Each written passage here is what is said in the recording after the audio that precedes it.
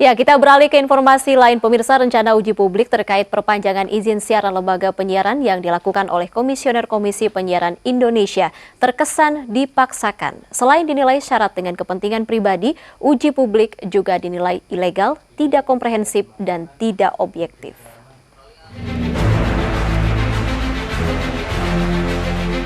Entah apa yang ada di dalam benak Azima Subagio. Komisioner KPI itu bersikeras mewacanakan uji publik terkait perpanjangan izin siaran televisi untuk 10 tahun televisi di tanah air. Padahal, menurut Undang-Undang Nomor 32 Tahun 2002, KPI adalah lembaga yang mewakili kepentingan publik. Sehingga selain dinilai ilegal, uji publik juga dinilai tidak komprehensif dan tidak objektif.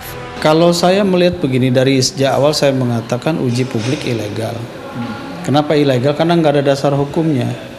Menurut kami tidak perlu diadakan uji publik karena KPI itu sendiri adalah publik.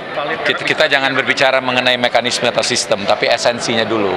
Esensinya kami melihat bahwa apa yang dilakukan oleh KPI itu redundant atau melakukan hal yang sama. Pertanyaannya kan untuk apa sih repot-repot? Untuk apa capek-capek melakukan uji publik? Khawatir nanti akhirnya dipolitisir.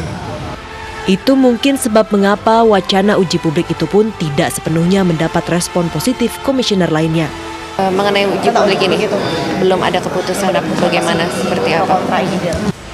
KPI adalah lembaga independen yang mewakili kepentingan publik dalam industri penyiaran. Dalam melakukan kewenangannya, KPI menerapkan standar etika penyiaran termasuk menegakkan aturan yang berlaku. Itulah sebabnya uji publik ini dinilai banyak pihak sebagai manuver yang syarat kepentingan dengan mengatasnamakan kepentingan publik. Pertanyaannya, untuk kepentingan siapakah uji publik itu sebenarnya? Tim MNC Media melaporkan.